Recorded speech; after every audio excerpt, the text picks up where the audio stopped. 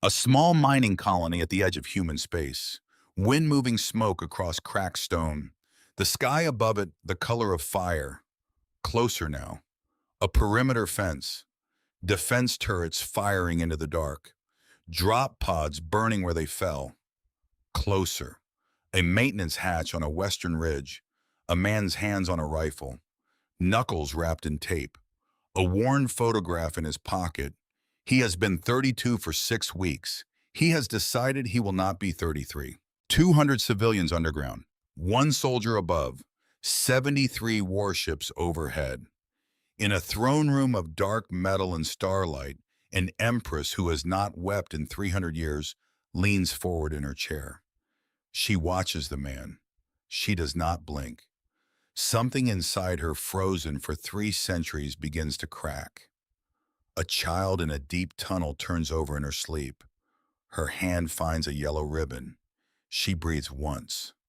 Above her, the sky is burning, and the man is walking into it. Part 1. A bloody hand reaches up, trembling, caked in dirt and grease and something darker. An alien queen's hand meets it, 8 feet tall, skin like polished violet stone. Slow, deliberate. She does not pull away. Their fingers touch. The crowd watches, thousands of soldiers, none of them breathing. A voice, female, old, warm as a kitchen at midnight. Sometimes the universe sends one person, not to win the war, just to remind everyone else what matters. Cut to black. Cut to a small red light, blinking in alarm. A small office on a small colony at the edge of human space. A man at the window, hands on the glass, watching the sky burn. His name is Tate Brannigan. In 5 hours, he will be the only thing standing between 200 civilians and an army. In 5 hours, the most powerful woman in 400 star systems will look at him, and something inside her, frozen for 3 centuries, will begin to crack. The alarm had been screaming for 40 seconds before Tate moved. He did not run. He did not call out. He just turned from the window, walked to his desk, sat down, looked at the sensor feed. 73 ships, Drathari signatures, Imperial class. He read the number twice, because the number could not be right, except the number was right. Tate Brannigan was 32 years old. He had been 32 for exactly 6 weeks. His mother had been 32 when she died. His father had been 32 when he left. He had decided some time ago that he would not be 33. He had not made a plan to die. Some men make plans. Tate had simply made an agreement with himself. The agreement was quiet. The agreement was that when something came for him, he would not run. Something had come for him. 73 somethings. He reached into his jacket pocket. The photograph was soft at the edges now. The corners had begun to fray, the way old paper does when a man takes it out 1,000 times. 1,000 more. A woman smiled at him from the photograph. Brown hair, a laugh in her eyes. Her name had been Linnea. She had taught 7th grade. She had hated cilantro. She had loved him for reasons he had never fully understood. A little girl sat in her lap, 3 years old in the photograph. Brown hair too. Her name had been Avery. Avery would have been 7 now, if she were still anywhere. She was not anywhere. Tate touched the photograph, once with one finger, the way a man touches a window that separates him from a world he can no longer enter. Then he put it back. Then he picked up the comm. He did not call for help. There was no help to call for. Help was 3 weeks away. He called for Reva. She arrived in 2 minutes, out of breath. She was 56 years old, and she had never in her life run anywhere.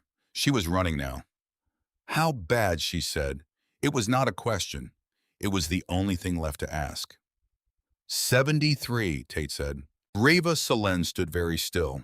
She had hired Tate 2 years ago. She had seen his file. She had seen the part of his file that everyone else missed. The part where a Marine Force recon medic decorated for valor had walked into his commanding officer's tent and refused an order. She had read what the order was. She had not asked him about it. She had simply given him a security job at the edge of human space. And once a week on Sunday evenings, she had invited him for dinner, and she had not asked him anything then either. She had known he was a man who needed to be left alone. She had not known how to leave him alone without disappearing entirely. So she had stayed close, the way mothers stay close. She was not his mother. His mother had been dead for 19 years, but she was close enough. Drathari, she said. Drathari. They don't talk. They don't talk. How long? He looked at the sensors. 18 minutes before drop pods. Maybe less. The door slid open. Soren Halpern stumbled through. 24 years old.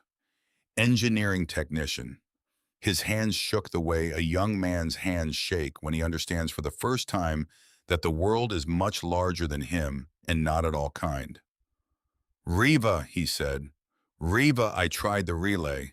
There's no signal getting out. They're jamming everything. Of course they are, Tate said. What do we do? Riva did not answer Soren. She looked at Tate. Tate looked at Riva. There is a thing that happens between two people who have understood each other for 2 years without ever once speaking about it. A thing that does not need words. The thing happened now. The tunnels, Tate said.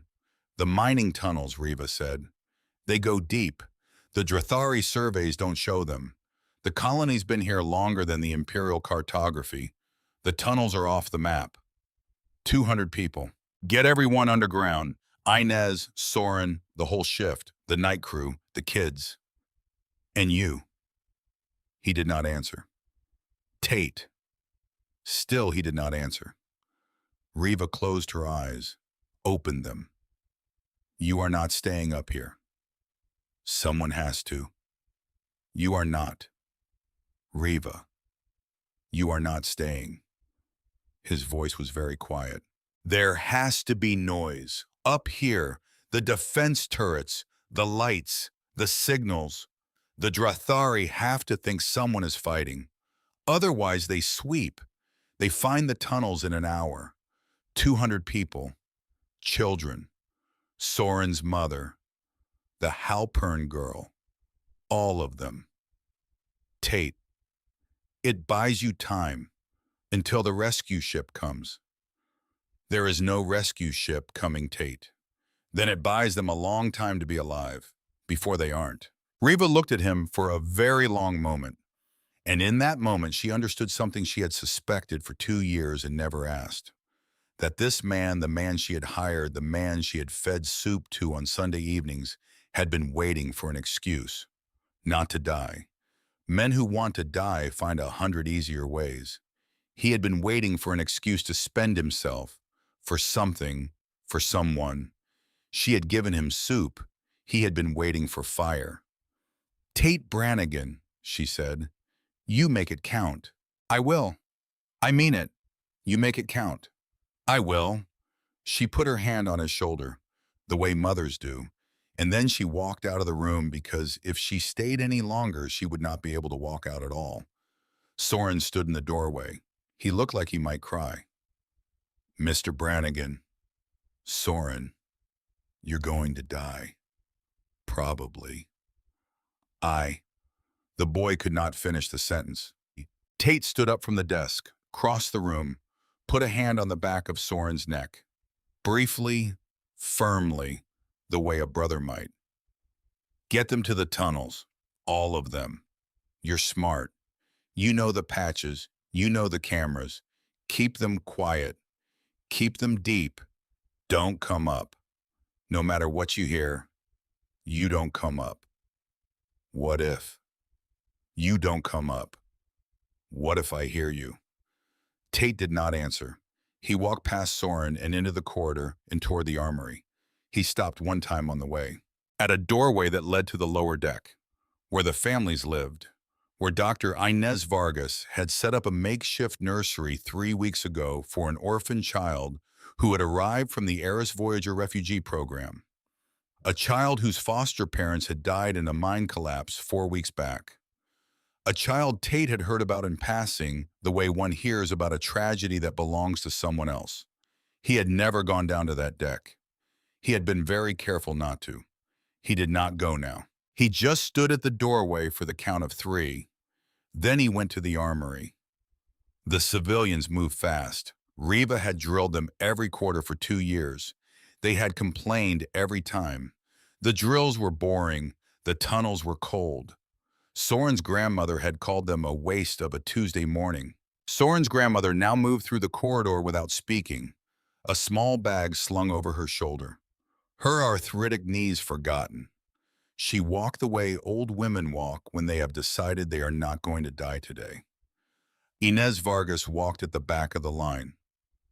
Dr. Inez Vargas, 44 years old, born on Mars, trained in trauma surgery on the colonial circuit, eyes like a hawk that has seen too much winter.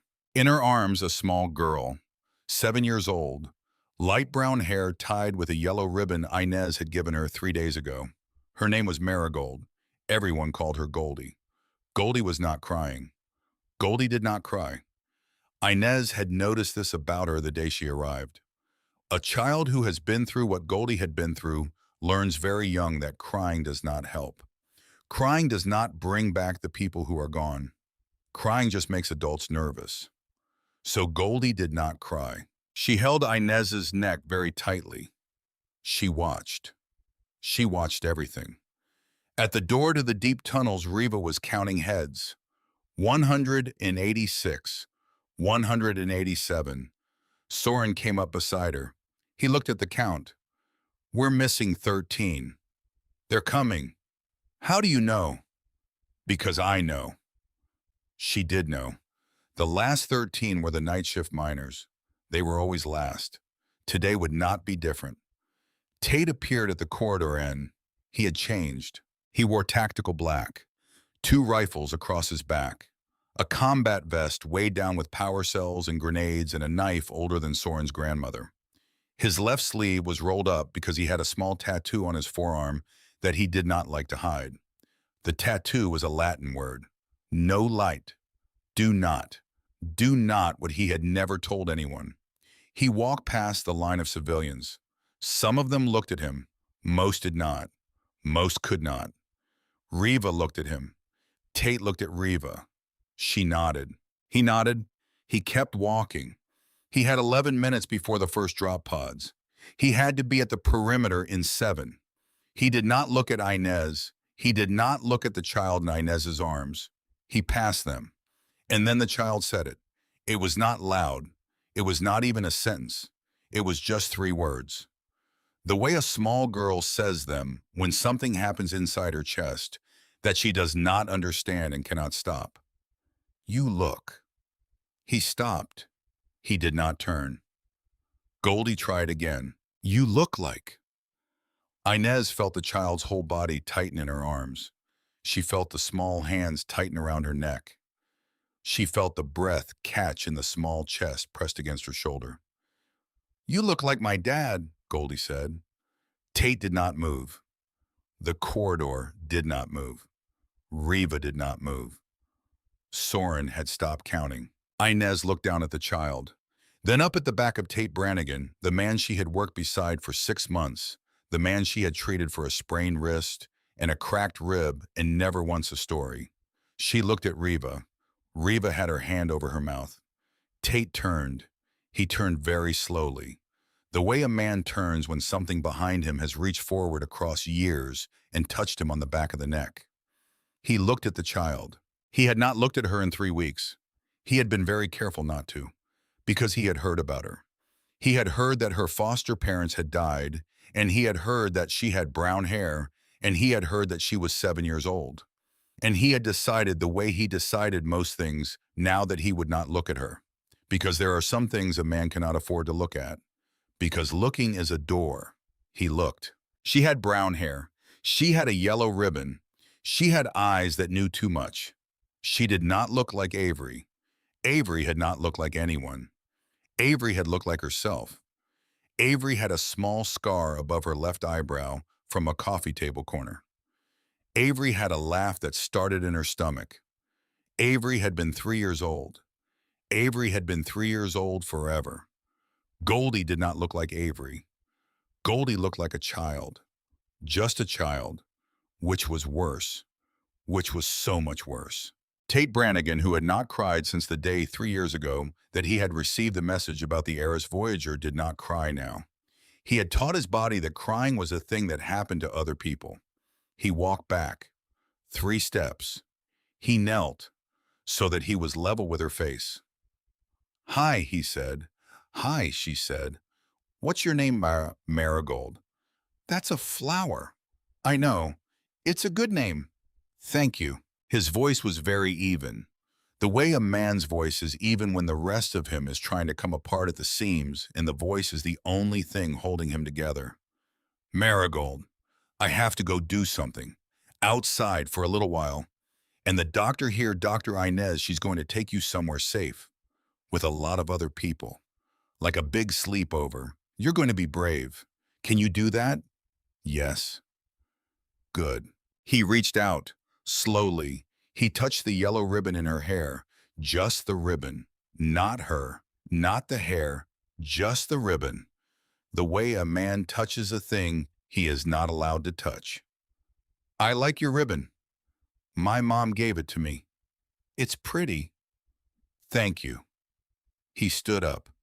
He looked at Inez. He did not say anything. Inez nodded. He turned and walked away, and he did not stop walking, and he did not look back, because if he looked back, he was not going to be able to do what came next. Behind him, Riva crossed the corridor in 3 steps and put her hand on Inez's shoulder. Just for a moment. Just long enough for Inez to feel the weight of what had happened. "He lost a child," Riva said, very softly. "Same age as her." Inez closed her eyes. Goldie watched the back of the man walk away down the corridor. She did not understand what had happened, but she understood that something had happened. Something to him. Something inside him. She tightened her grip on Inez's neck. "Dr. Inez," she said.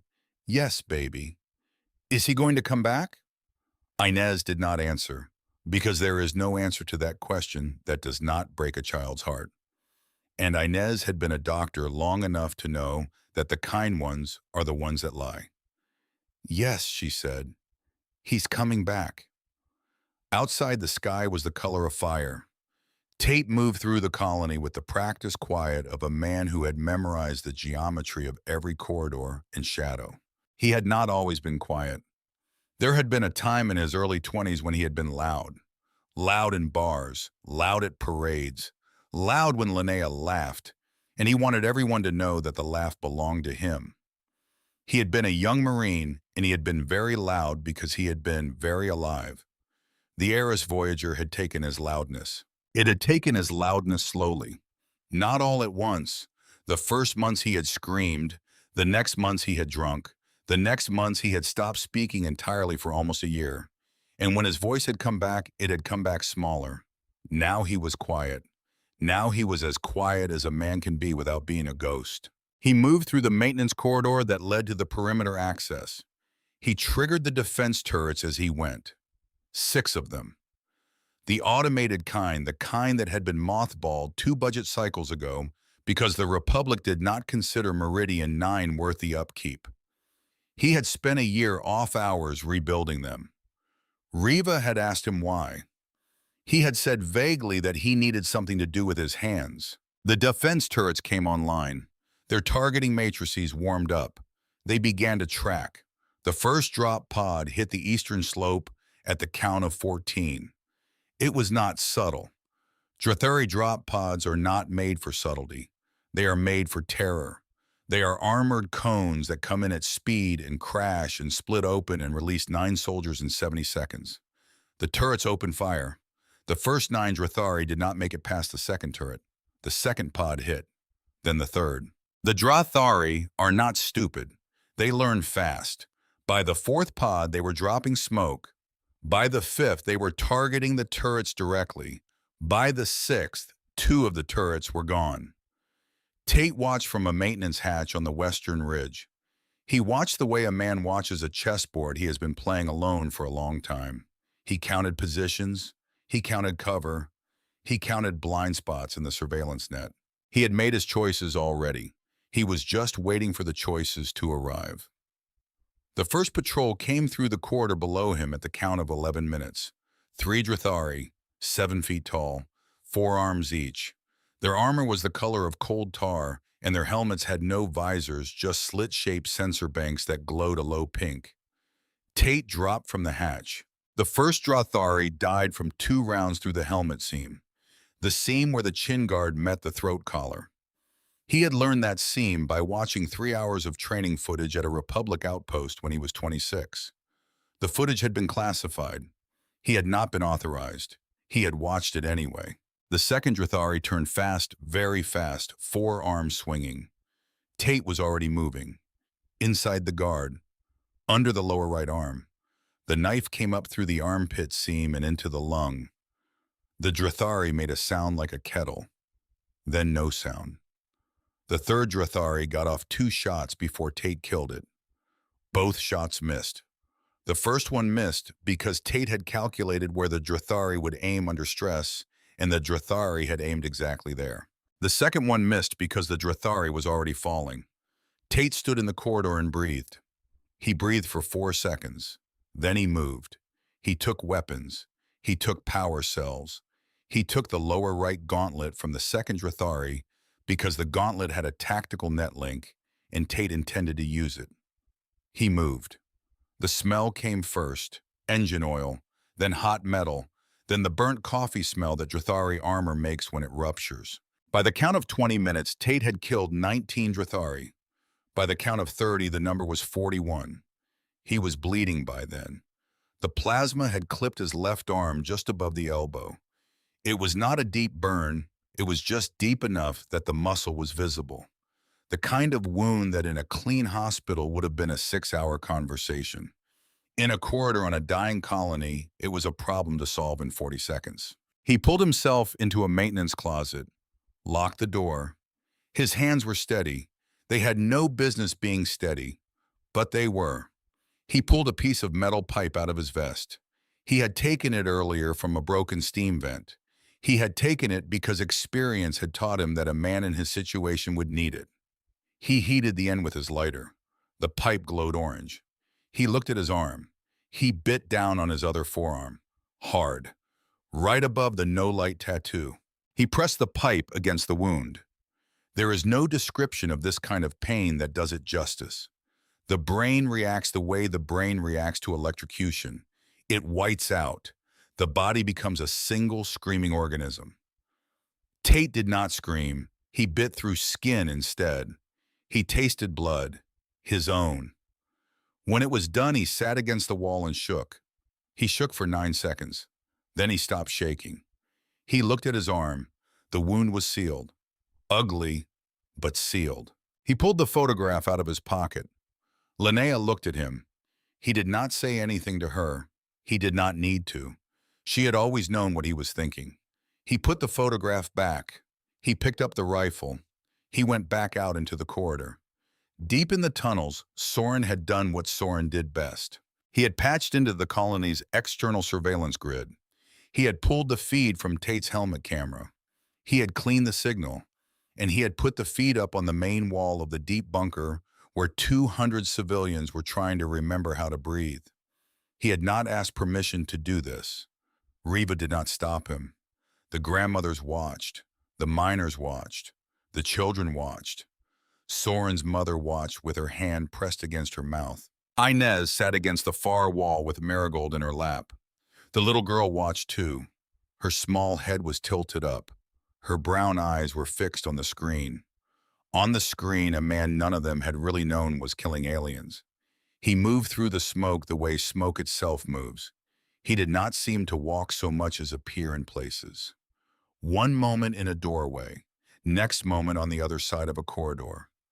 Drathari soldiers fired into spaces where he had been a half-second before. The civilians had thought vaguely that Tate Brannigan was a security officer. They had thought of him when they thought of him at all as the polite man who fixed the door codes and did not say much at the Sunday dinners. They had not known. Inez had not known. Soren had not known. Riva had known. Riva had known the whole time. He should be on the ground, Inez said quietly. I saw the burn. That was a plasma graze. He should be unconscious from the shock. He isn't, Riva said. Why isn't he? Riva did not answer. Because the answer was not a thing you could say out loud in a room with 200 frightened people. The answer was that a man who has already decided he is dead does not feel pain the way a man who hopes to live feels pain. The answer was that Tate Brannigan had been waiting 3 years for permission, and permission had finally arrived. Marigold spoke without looking away from the screen. Dr. Inez. Yes, baby. He's the man. Yes, baby. He's the man who's not going to come back. Inez closed her eyes. She held the child very tightly. On the screen, Tate Brannigan crossed a courtyard alone, and the 17 Drathari who had been waiting for him there began the worst minute of their lives. Far above the burning colony in a chamber of dark metal and starlight, the Empress of the Drathari Imperium sat on her throne and tried to remember the last time she had felt anything.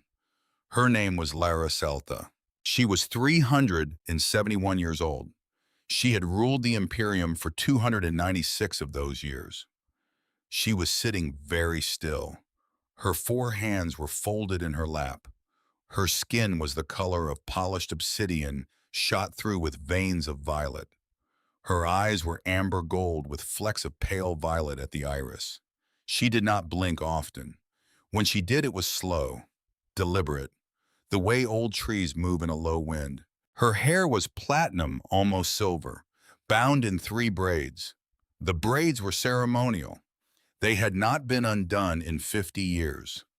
She was not beautiful by Drathari standards. Drathari standards considered her thin, austere, sharp-boned. By human standards, she was something close to terrifying. By her own standards, she was tired. She had been tired for a long time. In front of her on the main viewing wall was a tactical display. The display showed the colony designated Outpost Meridian 9. The display showed in soft red icons the positions of her ground forces.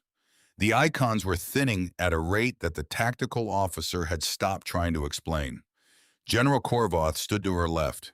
He was 8 feet tall and built like a war monument. His 4 hands were clenched. His ceremonial sashes were trembling. He had not been this angry in 100 years. To her right stood the youngest member of her court, a scribe, a historian. Her name was Ayari Nasari. Iyari was small for a Drathari. She was barely 7 feet tall. Her skin was a pale lavender, the color of an old bruise.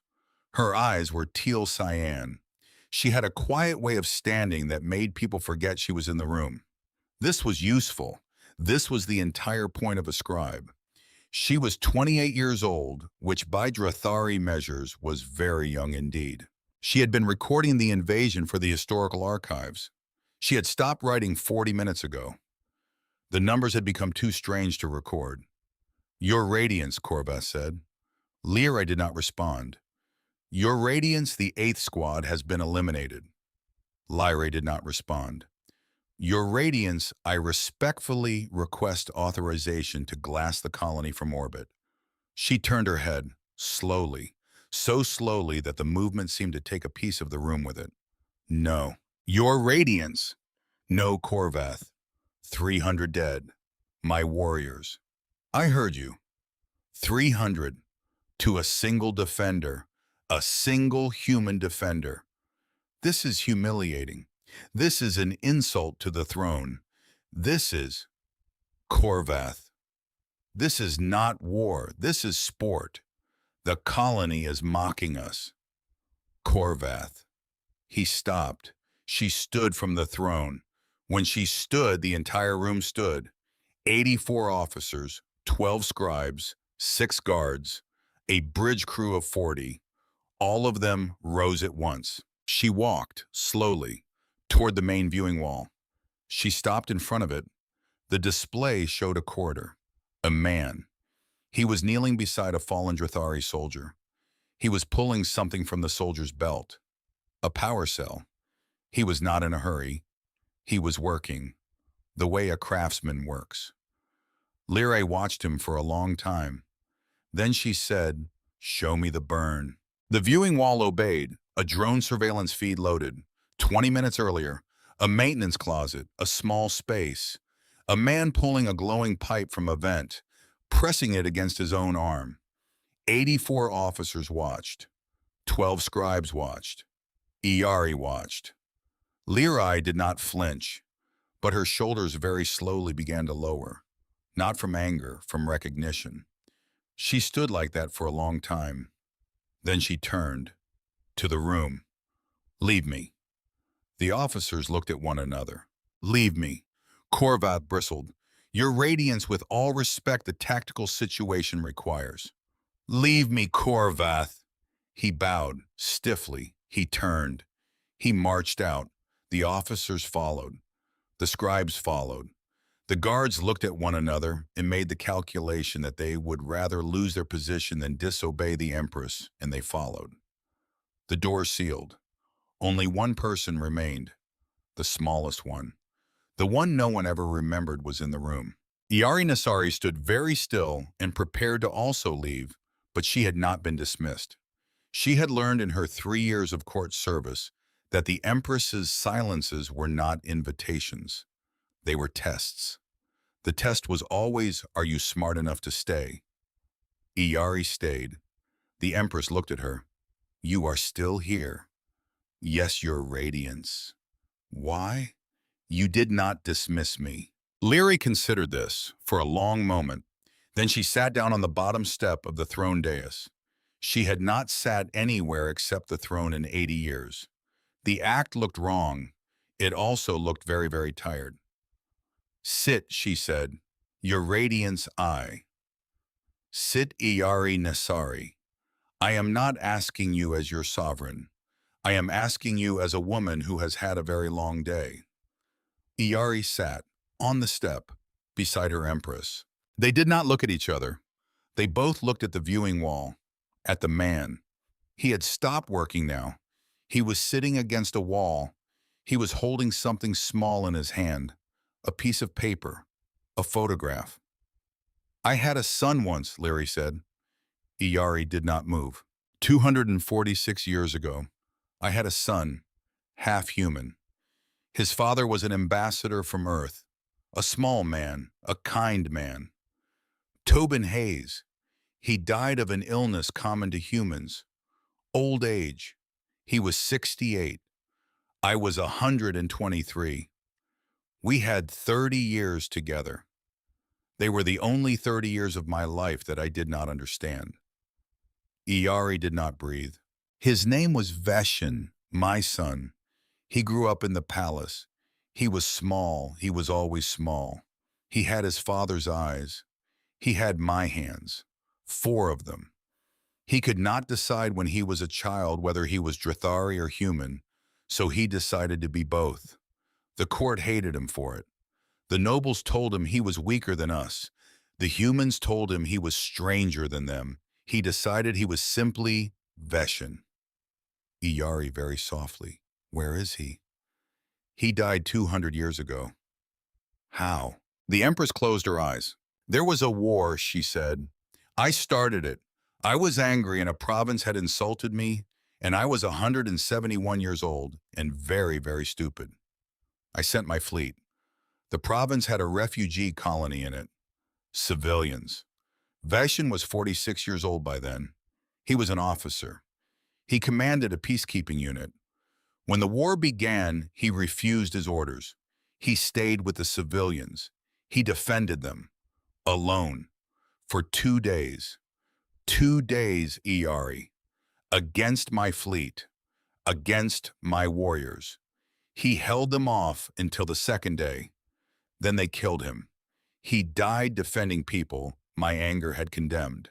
Iari, who had not cried in court for 3 years, felt her face become wet. I have never told anyone, Larry said. 3 centuries of court, and I have never told anyone. I told the histories that he died of illness. I had the record sealed. I had the witnesses moved to other systems. I made him into a quiet death because I could not face the loud one. She opened her eyes. She looked at the wall, at the human, at the small man sitting against a wall with a photograph in his hand. "He has Veshin's eyes," she said. Iari looked. She could not tell from a tactical feed whether a human had a particular kind of eyes, but she did not say this. "Your radiance." "Yes. Why are you telling me this?" Leary was quiet for a long time. "Because that man," she said down there, "he is not fighting for victory. He is not even fighting for survival. He is fighting because he has decided that he will not let people die who do not deserve to. He is fighting the way Veshin fought. And? And I have been the fleet Iari. I have been the fleet for 300 years. I have been the thing that came for villages and refused to listen. I have been the empire that crushed." She lifted one hand, touched her own forehead, held it there. She did not say anything else for a while. "Then order the fleet to cease fire. Your radiance, cease fire. All ground forces hold position. No further engagement until I command otherwise. Anyone who fires on that man fires on me. Issue the order under my personal seal. Yes, your radiance. And? Yes. I want to go down there." Iari's head came up sharply. "Your radiance. I want to see him with my own eyes. I want to see what kind of man fights like this. I want to." She stopped.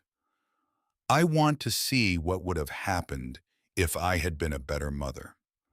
Iari was quiet, then very carefully, "Your radiance. If I may, send me first."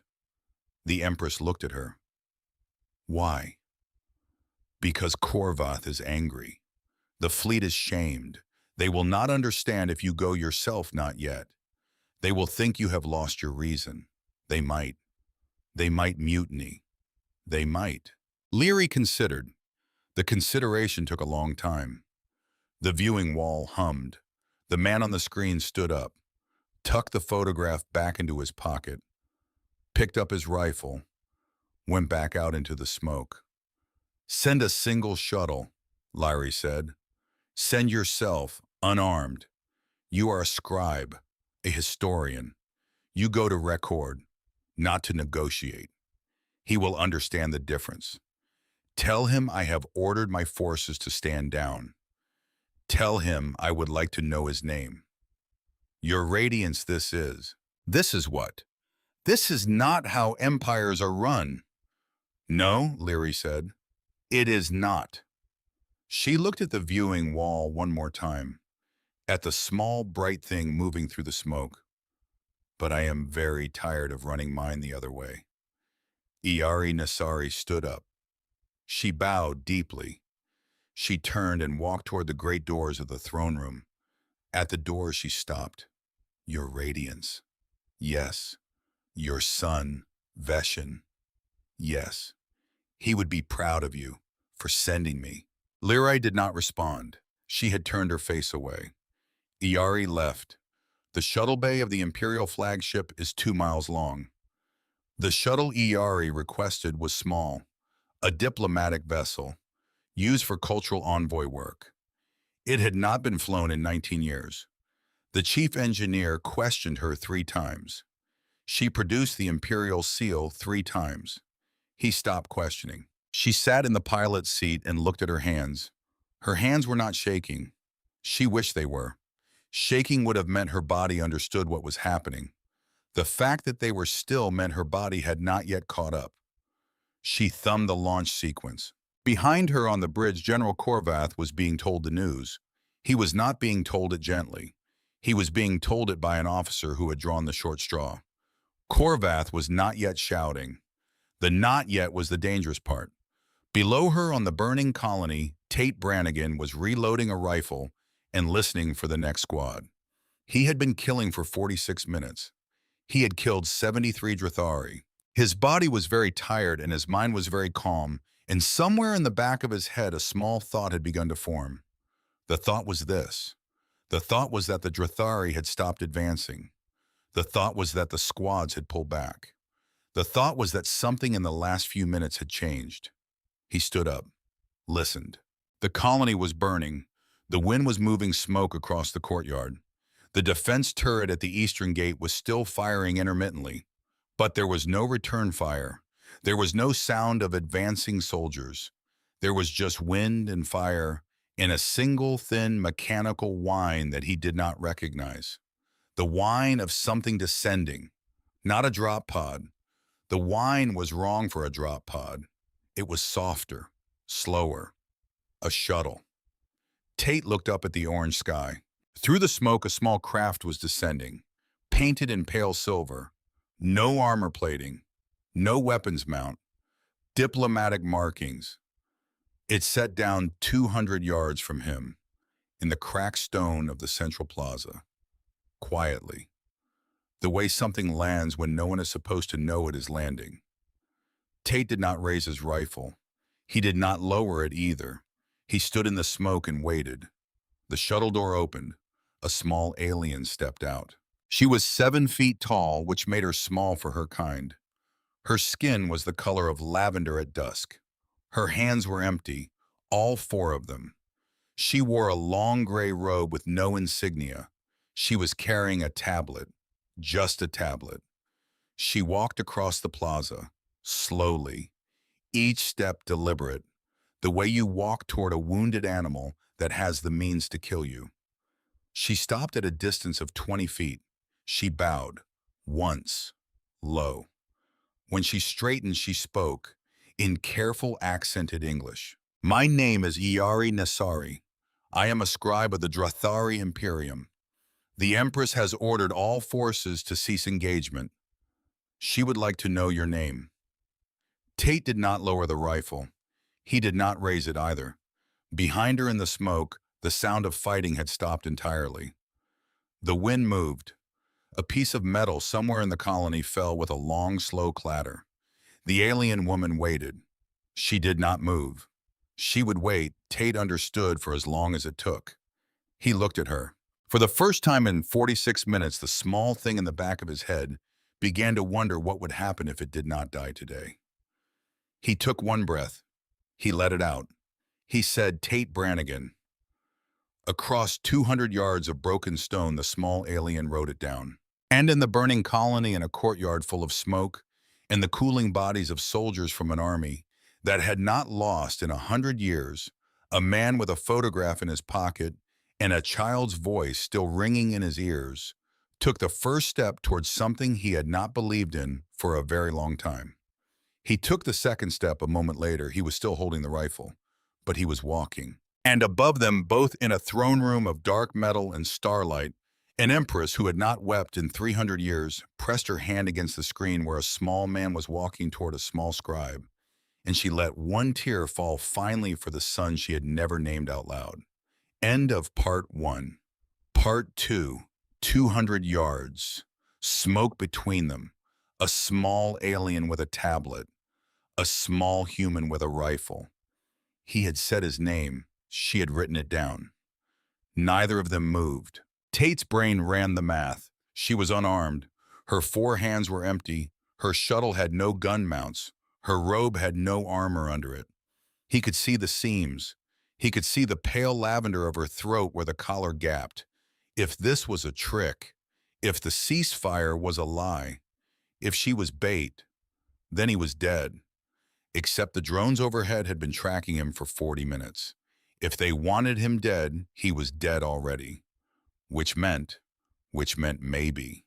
The alien woman did something he had not expected. She set the tablet down on the broken stone at her feet. She straightened. She held her empty hands out at her sides, all 4 of them, palms up, a gesture. He did not know if it was a Drathari gesture. He did not know if she had invented it. He did not know if it meant what it looked like. It looked like surrender. Tate Brannigan, who had been ready to die 10 minutes ago, lowered his rifle. Not all the way, but down. The alien woman picked up her tablet again, slowly, the way you pick up something fragile from a room where a child is sleeping. Tate Brannigan, she said. Her English was careful, almost too careful, the way someone speaks a language they have only read in books. Will you walk with me? Walk where? Anywhere. Out of the smoke. There is a building behind you. I would like to sit down. You would like to sit down. I have not sat down since I left the flagship. I am not used to gravity this heavy. My legs are. She stopped. My legs are shaking. I would prefer to sit before they betray me publicly. Tate looked at her. Tate looked at her for a long time.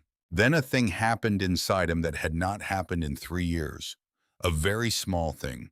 The kind of thing that does not show on a person's face. He felt the corner of his mouth move. Just a fraction. The smallest movement a mouth can make and still be a movement. Not a smile, but the place where a smile used to live. There's a maintenance shed, he said. West of here, roof still on, door still works. Coffee maker probably still works too. What is coffee? You'll find out. He turned and walked. He did not check to see if she was following.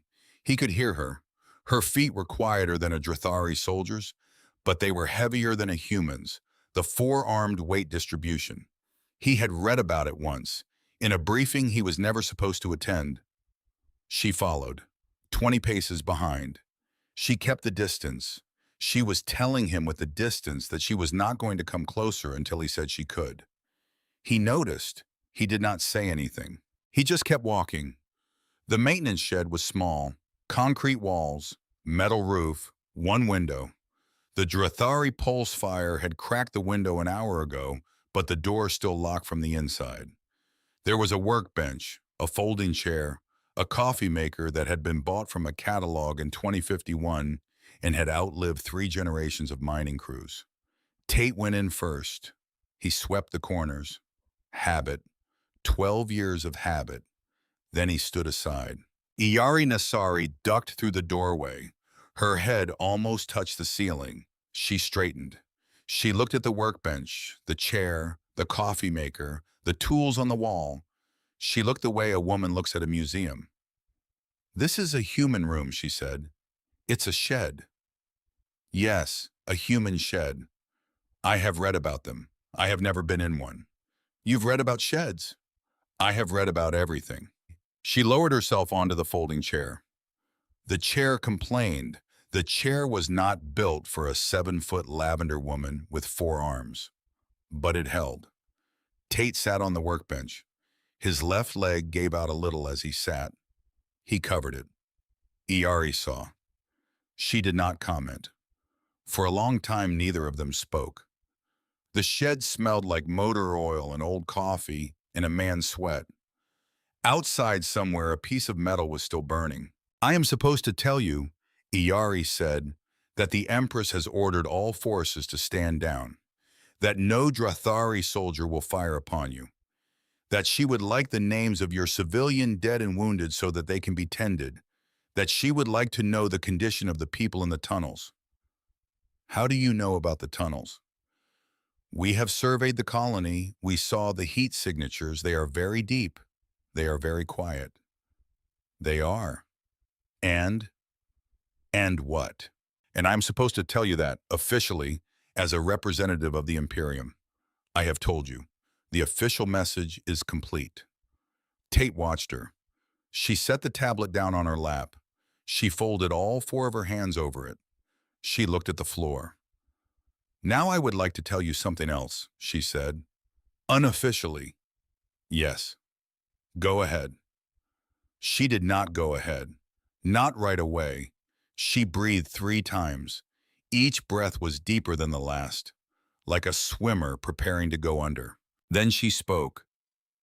My name is Iyari Nasari. I am 28 years old. I am a scribe of the 3rd rank. I have served the imperial court for 3 years. Before that, I was a student of history at the Academy of Torvale. Before that, I was a child in a village called Severian, on a moon called Pelith, in a province called Velarith. She paused. Velarith was conquered by the Drathari Imperium 78 years ago, 3 years before I was born. The conquest killed 40,000 people. My grandmother was one of them. She was killed by a Drathari soldier in a market square. She was selling fish. She was 61 years old. She had two grandchildren. One of them died with her. The other one was my mother. My mother was 11. She survived because she was in the back room when the soldier came. She survived, but the world did not survive in her. Tate sat very still on the workbench. He had been sitting still for a long time. He had been good at sitting still for 3 years. But this was a different kind of still. I grew up in occupied Valarith, Iari said. I learned the Drathari language because if you did not learn it, you did not eat. I learned the Drathari history because if you did not learn it, you did not graduate. I was very good at history. I was so good that they took me away from my village at 15 and sent me to the Imperial Academy. They wanted to make a Drathari out of me. They made a scribe instead. Why a scribe? Because the scribes write the histories. She lifted the tablet. This tablet, the official one, the one the Empire sees, it is full of approved language, approved framing, approved truth. I have been writing in it for 3 years. She set it down. I have another tablet. She did not show him the other tablet. She just touched her chest, briefly, where a pocket would be if her robe had pockets. He understood. The other one, she said, I write the truth in. I have written in it for 3 years also. No one has ever read it. I have been waiting. I have been waiting for a witness who would not be silenced. A witness from outside. Someone the Empire could not bury. Someone who would not be quiet. Tate's throat did something it had not done in a while. Iari, yes. How long have you been waiting? For you. For me. For someone like you. I did not know what they would look like. I did not know if they would come. I was beginning to think they would not. I am 28 years old. I could have written quietly for 200 more years. I am a Drathari. We live long. I have a lot of years to be quiet in. She looked up. Her eyes were teal cyan. They had flecks of silver at the iris. They were not crying, but the rim was wet. And then this morning, she said, I watched a human man with no army hold an entire imperial fleet at a single colony. And I watched the Empress sit down on the floor of the throne room. For the first time in 80 years. She sat on the floor like a tired woman. And I thought to myself, Iari Nasari, this is the witness. I'm not a witness. I'm a security officer. You are what you say you are. I am not arguing with you. I am only telling you what I saw. What did you see? I saw a man who fought an empire alone and did not stop. I saw a queen who decided after 300 years that the empire she ruled was not the empire she wanted to die, having ruled. I saw two people across the gap of stars who turned out to be carrying the same wound. I saw. She stopped. She breathed once. I saw a beginning Tate Brannigan, and I have been writing endings for so long that I forgot the other thing existed. Tate could not look at her. He looked at the wall. He looked at the coffee maker. He looked at his own hands. They were trembling. He did not know when they had started. Iari. Yes, I am very tired. I know. I am very, very tired. I know. I don't know what to do with what you just told me. You do not have to do anything with it. I just had to set it down. I have been carrying it. I have been carrying it since I was a child. It was getting heavy. He nodded. He just nodded. For a long time, the only sound was the wind outside the shed and the slow drip of something condensing on the coffee maker. Then Iari said, there is something you should know. What? My ship's sensors. They have been monitoring local communications. There was a distress call from this colony 40 minutes after the attack began. Tate looked at her. It reached your republic, she said. It reached the Republic Council on Earth. 40 minutes later, it was acknowledged. 3 minutes after that, it was filed in the diplomatic queue. Not the military Q. Do you understand the difference? Yes, they are not coming. They were never coming. You knew. I have known for 2 years that they were never coming. Iari looked at him. She did not say anything for a long time. When she spoke, her voice was quieter than it had been. Tate Brannigan, the empire that sent me does not deserve the man who sat down to talk with me today. But neither does the one that left you here. You should know that. From a scribe. From the kind of woman who keeps the records. You should know that you are not what either of us was sent to bury. He looked at her. He looked at her for a long time. Then he did something he had not done in 3 years. He laughed. It was a small laugh. It was a tired laugh. It was the laugh of a man at the end of a very long road who has just realized that the road possibly was not the only road. Iari Nasari. Yes, that is the kindest thing anyone has said to me in a long time. I am sorry it had to come from an alien. I'm not sorry. She blinked. She had not expected the answer. He stood up from the workbench. His leg was steadier now. I have to go back out. There is no one to fight. The order has been given. They will not engage you. There's still 17 of them in the eastern courtyard. Their comm relay went down 40 minutes ago. They didn't get the order. They're going to come for me as soon as they figure out where I am. Then stay in here. Can't. Why? Because if I stay in here, they'll find this building eventually. And you are in this building. And the Empress sent you. And I do not think the Empress would forgive me if I let her scribe die in a shed she had not had the chance to read. Iari looked at him for a long moment. Then she said, I am coming with you. No. Yes. Iari. Tate. You are unarmed. You are not a soldier. I am a witness. Witnesses follow their subjects. It is in the contract. I signed it. I had to study it in 3 languages. He looked at her. There was a thing on her face that he had not seen in 3 years. The thing was stubbornness, the good kind. The kind that comes from a person who has been quiet for too long and has finally decided that being quiet is the more dangerous thing. He did not have time to argue. He nodded. Stay behind me. I will. If I tell you to drop, you drop. I will. If I tell you to run, you run. You don't ask questions. I will. He opened the door. He stepped out into the smoke. Iari Nasari stepped out behind him. 28 years old, the granddaughter of a fish seller.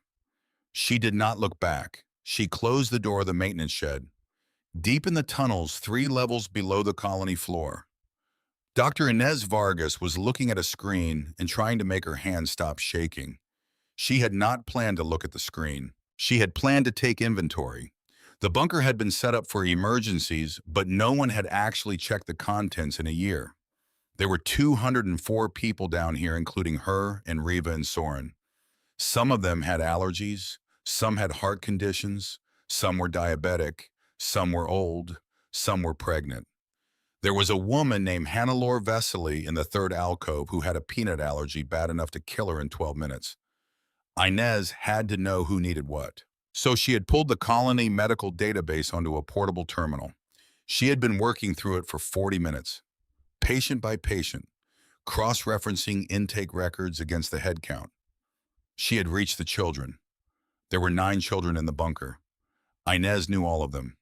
She had treated all of them at some point in the last 6 months, mostly for skinned knees, 1 ear infection, 1 broken arm from a fall down a set of utility stairs. She had reached Marigold Vance. Marigold's record was thin. The colony intake form was thin. 3 pages, the standard ones: name, age, foster guardians, medical history. Inez had read it before, 3 weeks ago, the night Marigold had been brought to her, the night the Halpern family, the night Marigold's foster parents. She had read it before, but she had only read the first 3 pages. There was a 4th page. The 4th page was the original intake, from 3 years earlier. From when Marigold had first arrived in human-controlled space as a refugee from a transport ship. Inez had not read it. She read it now. The transport ship was named on the fourth page. The transport ship was the Eris Voyager. Inez Vargas set the portable terminal down on her knees. She did not move for a while. Then she stood up. She did not run. She did not call out. She crossed the bunker very calmly. She walked past the row of cots where the children were sleeping. She walked past Soren, who was crouched over a wall panel with two tools in his teeth and a third in his hand soldering a relay he had been building for the last 40 minutes. He glanced up. She did not stop. She walked past Hannelore Vesely, who was eating crackers from a bag and reading a book. She walked to the corner where Reva Solen sat with her back against the wall watching the wall screen. The wall screen still had the helmet camera feed. Tate had left the camera on. It was showing a slow, jolted view of his shoulder. He was walking. He was talking quietly with someone Inez could not see. Reva. Yes. I need you outside in the corridor. Reva looked up. Reva had been a colony administrator for 31 years. She had been an emergency response officer before that. She had been a paramedic before that.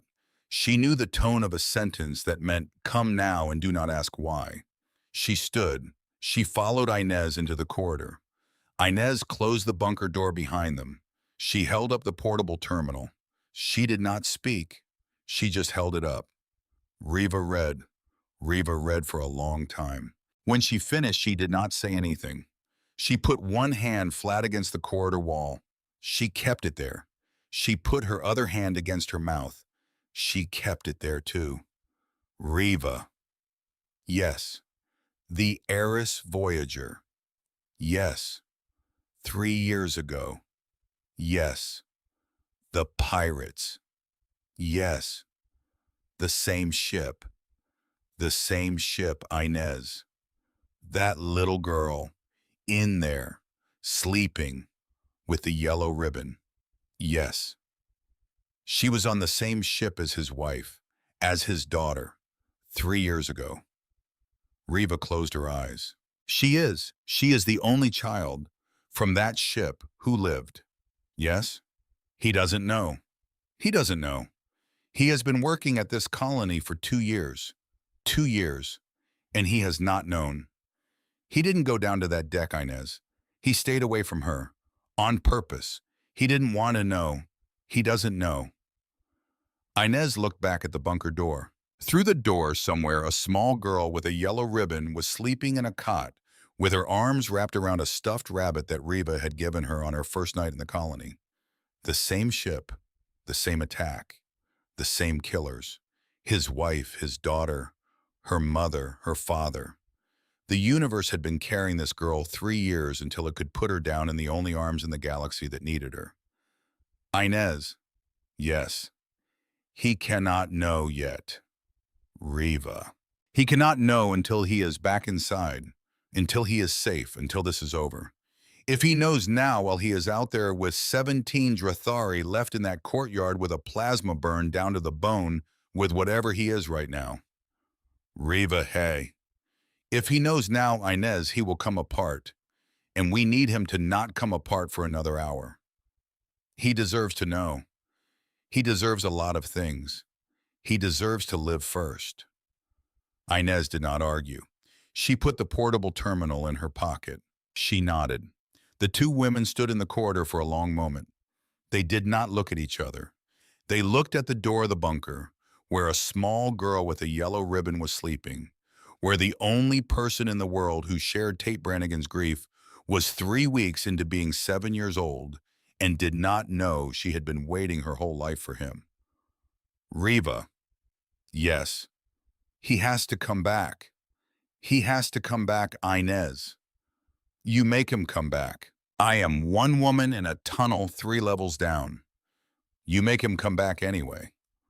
Reva did not answer. She just put her hand on Inez's shoulder. The way a woman puts her hand on another woman's shoulder when there is nothing else to give, and the hand will have to be enough. The eastern courtyard was a square of cracked stone 200 feet across. It had been the place where the colony's children played soccer. Now it was full of broken drop pod casings and the bodies of Drathari soldiers and a single small fire in the middle that had been a delivery cart this morning. Tate moved into the courtyard from the north side. Iyari followed, behind him by 10 paces. He had wanted her to stay further back. She had refused. She had said very quietly that a witness who cannot see her subject is not a witness. She had said even more quietly that she was not going to let him die alone. He had not argued. He did not have the energy to argue. The 17 Drathari were waiting on the south side of the courtyard. They had been waiting for him for 40 minutes. They had set up a half-circle formation. They had positioned a heavy gunner behind the wreckage of the cart. They had cleared the windows of the adjacent buildings. They had done everything right. They were going to lose anyway. Their squad leader saw him. Their squad leader raised a fist, 2 fingers up, opened fire on contact. The squad leader did not see Iyari yet. Iyari was behind Tate's shoulder, in the shadow. When the squad leader saw her, his fist dropped, 2 fingers down. Hold. The squad leader had seen a scribe's robe. Drathari soldiers, even the ones who had not received the ceasefire, even the ones who had been cut off from communications for 40 minutes knew what a scribe's robe meant. Scribes did not enter combat zones. Scribes were court personnel. Scribes were untouchable. The squad leader stared at Iyari for a long time. Iyari stepped out from behind Tate. She raised one hand, showed her empty palm, lowered it. She did not say anything. She did not need to. The robe said it. The squad leader looked at his sub-commanders. The sub-commanders looked at each other. They began to lower their weapons, which was when the heavy gunner, who had not been looking at the scribe, who had been looking at Tate, who had been waiting 40 minutes to avenge his squad mates, opened fire. The plasma round went past Iyari's left shoulder. It missed her by 4 inches. It hit the wall behind her, and the wall came apart in white light. Tate moved before his brain registered the movement. He shoved Iyari sideways, hard. She went down behind a low concrete planter that had once held marigolds. The actual flowers, the ones the colony botanist had planted 6 summers ago. The squad leader was already screaming at the heavy gunner. The squad leader was screaming a Drathari word Iyari knew. The word was an order to stand down. The word was being ignored, because the heavy gunner did not care about scribes anymore. The heavy gunner cared about the man. The next 60 seconds were not a fight. They were a clearing. Tate had been waiting for it. He had been waiting for 40 minutes. His body was tired, but his body remembered. His body had been doing this since he was 18. He went left first, the blind spot in the half circle, the place where the second row Drathari had been told to watch the right flank and had been watching the wrong way. He took the second row Drathari down with 2 rounds, then the third. Then he was already moving across the back wall. The heavy gunner had to swing his weapon. The weapon was heavy, the swing was slow. Tate was inside the swing before it finished. The heavy gunner died with a marine combat knife in the seam under his lower right arm. It was the same seam Tate had used in the first corridor. It was a seam Tate had drilled in his head for 10 years. It was the seam that opened the armor. The squad leader fought him last. The squad leader was good. The squad leader had killed 40 humans in his career. The squad leader had not killed 40 humans like this one. He died on his feet. When it was over, Tate stood in the middle of the eastern courtyard with 17 dead Drathari around him and 1 alien scribe behind a concrete planter, and his right side was warm in a way that meant blood. The plasma had clipped his right shoulder during the second exchange. He had not noticed. He noticed now. He sat down.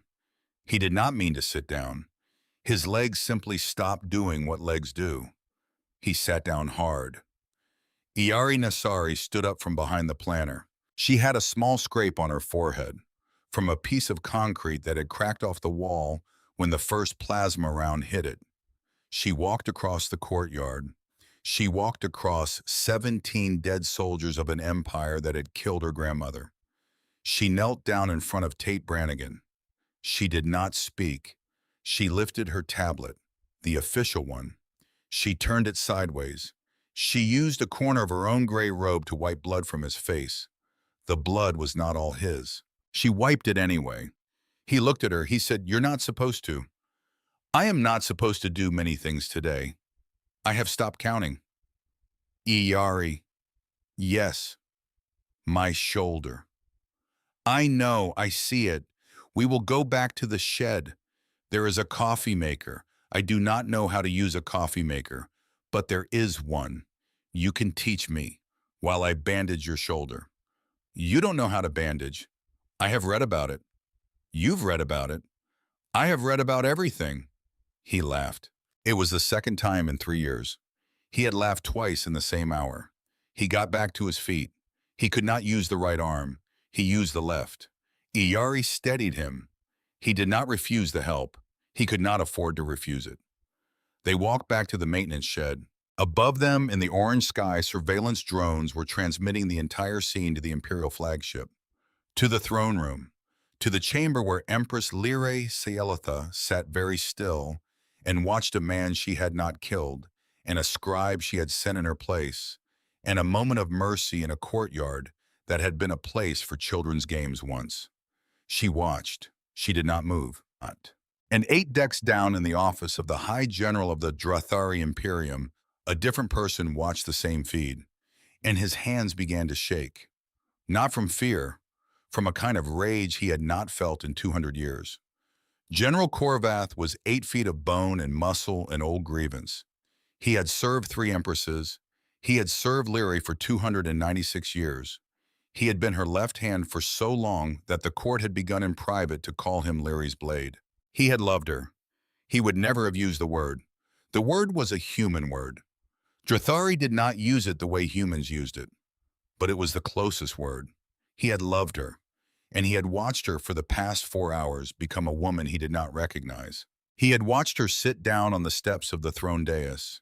He had watched her order 300 Drathari deaths to be unpunished.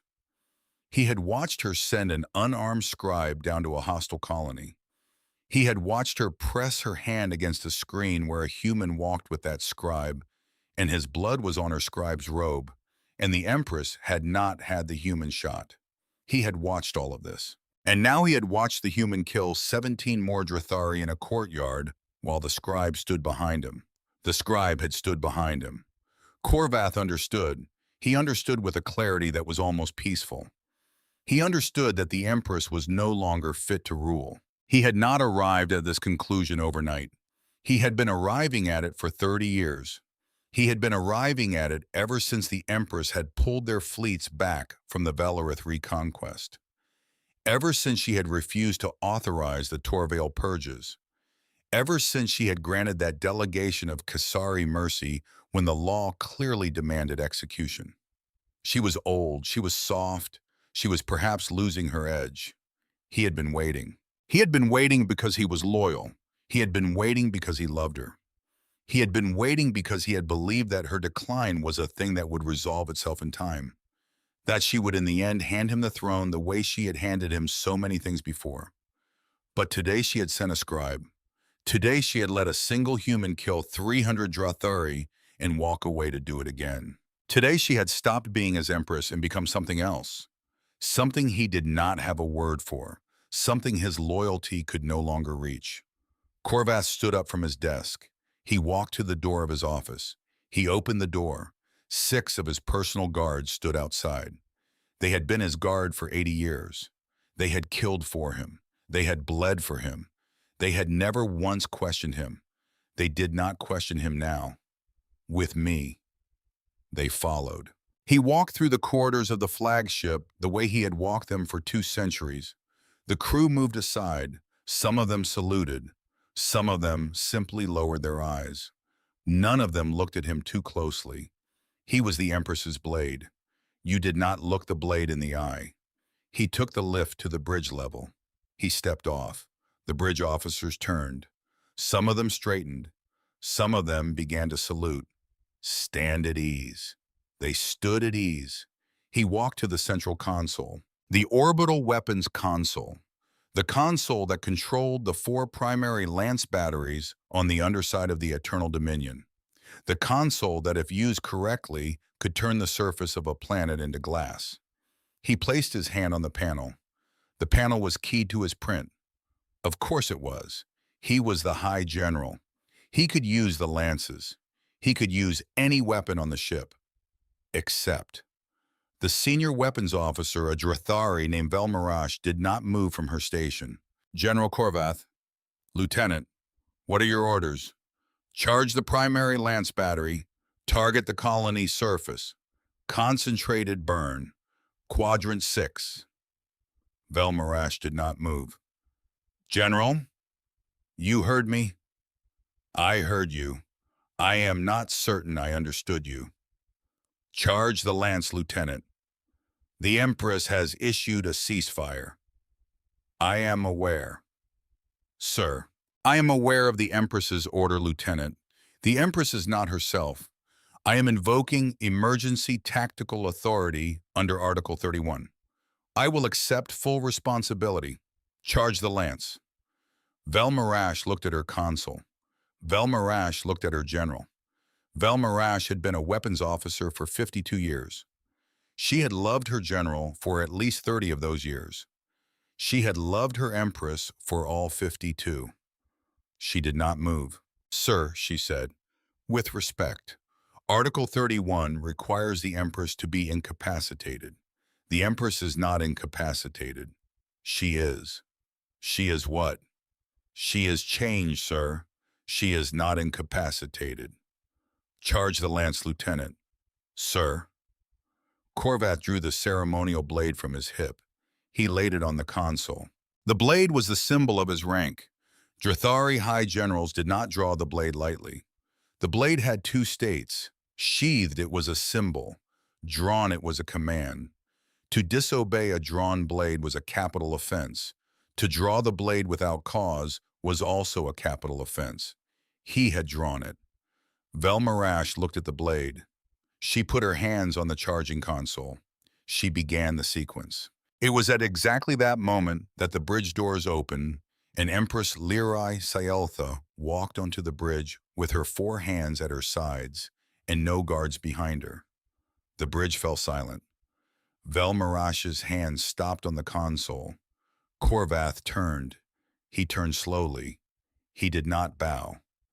The Empress walked across the bridge floor. She walked to the central console. She stopped 6 feet from Korvath. She looked down at the drawn blade. She looked up at her general. Korvath spoke first. Your Radiance, Korvath, I am invoking Article 31. On what grounds? On the grounds that you are no longer fit to rule. The bridge officers did not move. They did not breathe. The senior comms officer who had been about to issue an alert to Imperial security kept his hand frozen above the panel. Lirai looked at Korvath. She looked at him for a long time. Then she said very quietly, Korvath, I have known you for 296 years. Yes. You held my hand when my son died. Yes.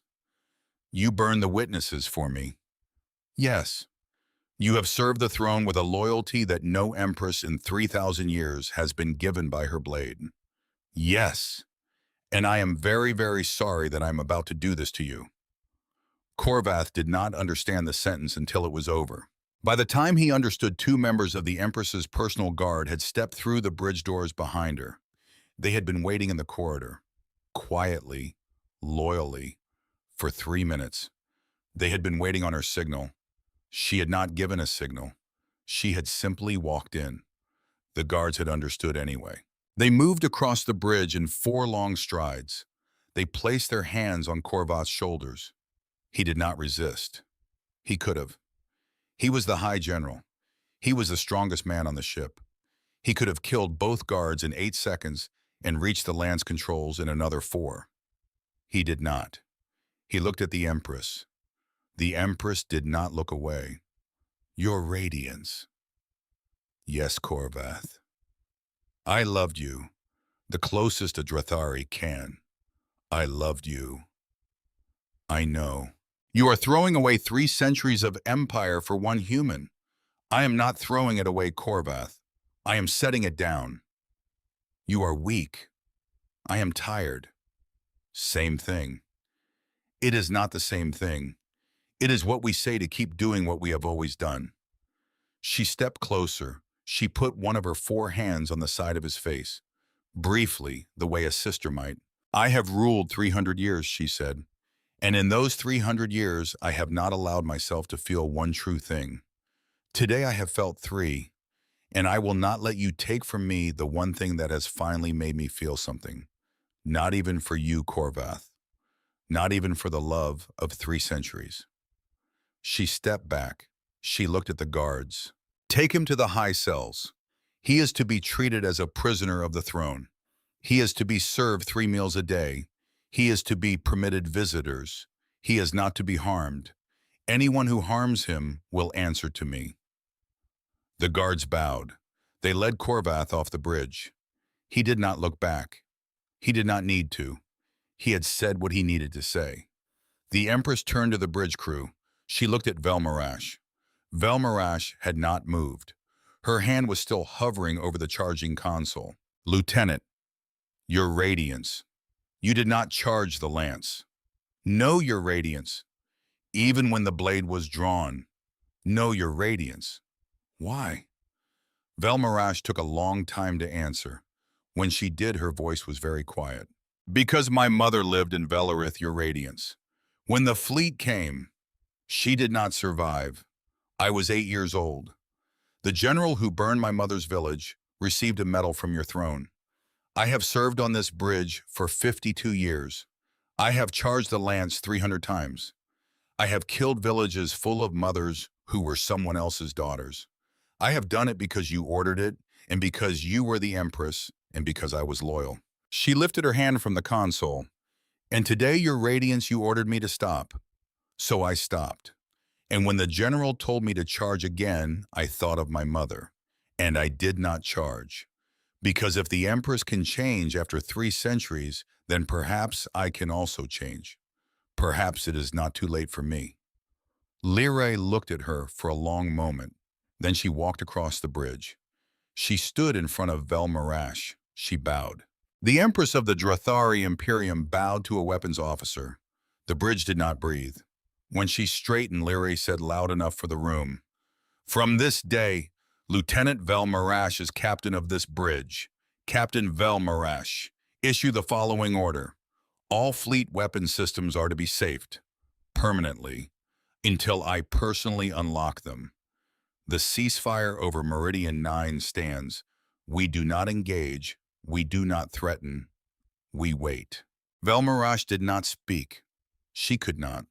She was crying, quietly. Drathari did not weep often. When they did, the tears were the color of pale violet. She nodded. She turned to her console. She safed the weapons. The Empress walked off the bridge. She walked to a small private chamber 3 quarters away. She went inside.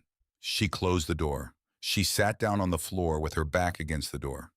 She did not move for a long time. Then she pulled out a small thing she carried in the inner fold of her ceremonial robe. A thing she had carried for 200 years. A thing no one in the Empire knew she had. A small carved bird, wooden, made by a half-human boy at the age of 9, given to his mother because she had told him once that she did not have any toys when she was young. She held the bird in 2 of her 4 hands. She held it against her chest. She closed her eyes. In the burning colony, 2 quarters below the maintenance shed, a man with a bandaged shoulder sat on a workbench and watched an alien woman fumble with a coffee maker that was older than her empire. And in a bunker 3 levels under both of them, a small girl with a yellow ribbon turned over in her sleep, and she put one small hand against the chest of a woman doctor who had been holding her for an hour, and she did not wake up, but she smiled.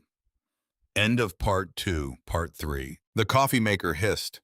Iyari Nasari jumped. She actually jumped. 7 feet of lavender-skinned imperial scribe, 4 hands, 3 years at the Drathari court, and she jumped at a coffee maker.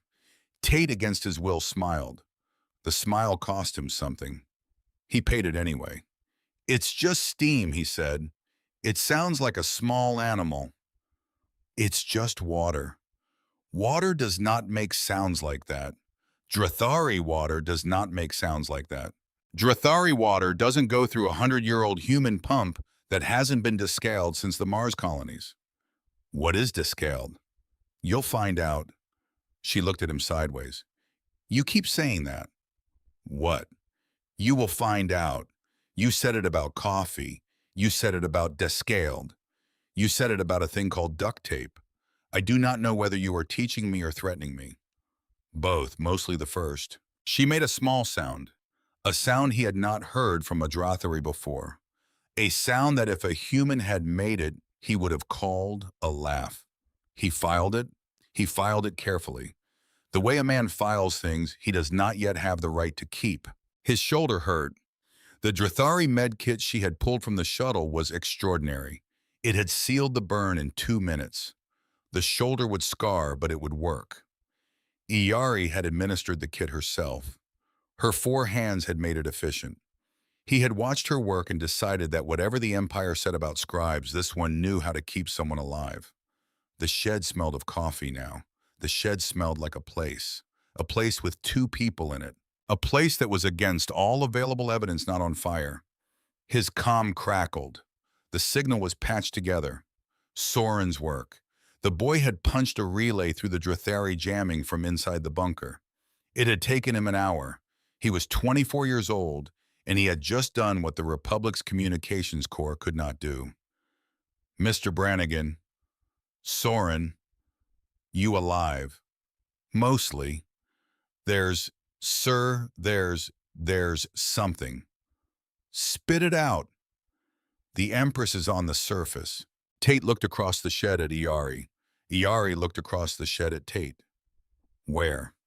Central Plaza. She landed 2 minutes ago. Just her and 4 guards, no fleet movement. She's just standing there. Just standing. Just standing. Tate stood up. His leg protested. He told it to be quiet. He told it the way a man tells his body things when his body is no longer in charge. I'm going. I am going with you, Yari said. He did not argue. He picked up his rifle. He picked it up out of habit. He looked at it for a second. He set it down again. Iyari saw. She did not say anything. She just opened the door of the shed. Outside, the smoke had thinned. The wind had shifted. A long, pale streak of sky was visible to the east, the color of a bruise that had begun to heal. Tate walked through it. Iyari walked beside him, not behind, beside. The Central Plaza had a fountain in the middle. The fountain had not worked in 11 years. The colony had argued about repairing it at 3 town meetings. The repairs had never been authorized. In front of the dry fountain stood Empress Luri Sayeltha. She had taken off her ceremonial armor. She was wearing a long, plain gray robe, the same color as Iyari's. No insignia, no crown. She looked in the dirty wind of a dying colony like a tall woman at the end of a tired day. Behind her, 4 guards stood at attention. Their weapons were holstered. Their visors were up. She watched Tate walk across the plaza. He walked slowly. She had time to look at him. She looked at his shoulder, the bandage, the blood that had soaked through the bandage and dried again. She looked at his left leg, the slight drag. She looked at his face. The face was 32 years old. It looked 50. There was dirt across one cheekbone in a line that suggested he had wiped his face with the back of a glove, and the glove had been covered in dust. She looked at his eyes. She had been waiting to look at his eyes. They were not Veshin's eyes. She had known they would not be. She had known deep down the whole time. She had wanted them to be. She had told Iyari they were. She had said it out loud. She had needed to say it out loud. The needing had been the thing, but now that she could see him properly, now that he was 20 feet away, his eyes were his own. They were not her son's. They were a stranger's. They were tired and human and very, very far from where they had begun. And somehow the not being Veshin made them more, not less. Because Veshin was already loved. Veshin had had her in his short life. He had had her hands and her voice and her promises. This man, this man had had no one for 3 years. This man had been alone. She lowered herself then, slowly, onto one knee. Her ceremonial robe gathered around her on the broken stone. She lowered her 4 hands. She placed them palms up on her thigh. The Empress of 314 worlds knelt in the dirt of a colony she had nearly destroyed. Behind her, the 4 guards did not move. They did not gasp. They did not protest. They had been chosen very carefully that morning. The Empress had chosen them after the bridge. She had chosen the ones who would understand. Tate stopped 6 feet from her.